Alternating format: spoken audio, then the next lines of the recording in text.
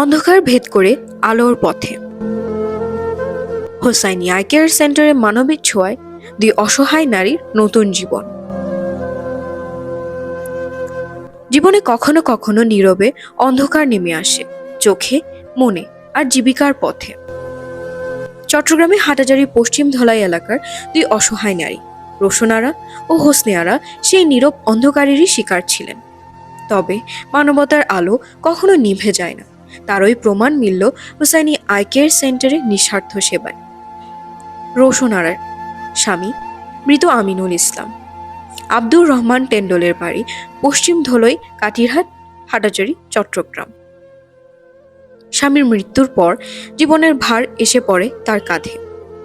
রোশনারা নিজ পেশায় কাপড় সেলাই করতেন, যেটি ছিল পরিবারের আয়ের একমাত্র ভরসা।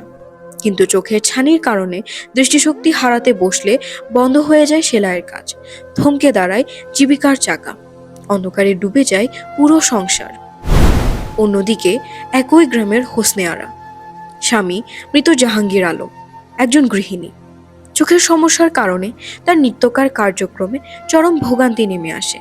নামাজ কালাম, কোরআন তেলাওয়াত সবকিছুতেই বাধা সৃষ্টি হয়, এমনকি পরিবারের মানুষজন চিনতেও কষ্ট হতো তার।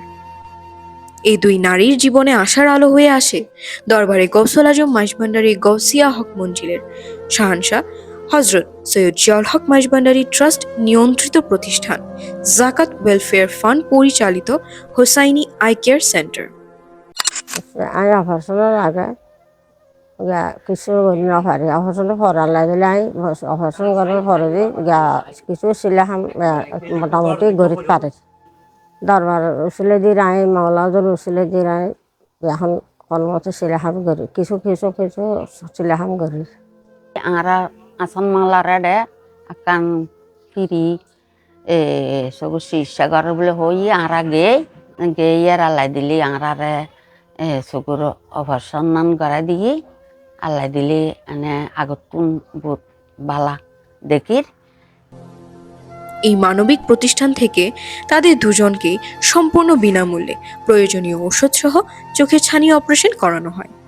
অপারেশনের পর বর্তমান সময় রোশনারা ও হোসনেয়ারা দুজনেই সুস্থভাবে দেখতে পাচ্ছেন। যে চোখে ছিল অন্ধকার, সেখানে এখন আলো। যে জীবনে ছিল অসহায়ত্ব, সেখানে ফিরে এসেছে স্বস্তি ও আত্মমর্যাদা। রোশনারা আবারও স্বপ্ন দেখছেন সেলাইয়ের কাজ শুরু করার। হোসনেয়ারা ফিরে পেয়েছেন ইবাদতের প্রশান্তি ও আপনজনকে চেনার আনন্দ। হোসাইনী আই কেয়ার সেন্টারের এই উদ্যোগ কেবল চিকিৎসা সেবা নয়, এটি নিঃস্বার্থ মানবতার সেবার এক উজ্জ্বল দৃষ্টান্ত, যেখানে জাকাতের অর্থ রূপ নেয় আলোর প্রদীপে আর অসহায় মানুষের জীবনে ফিরে আসে নতুন সকাল।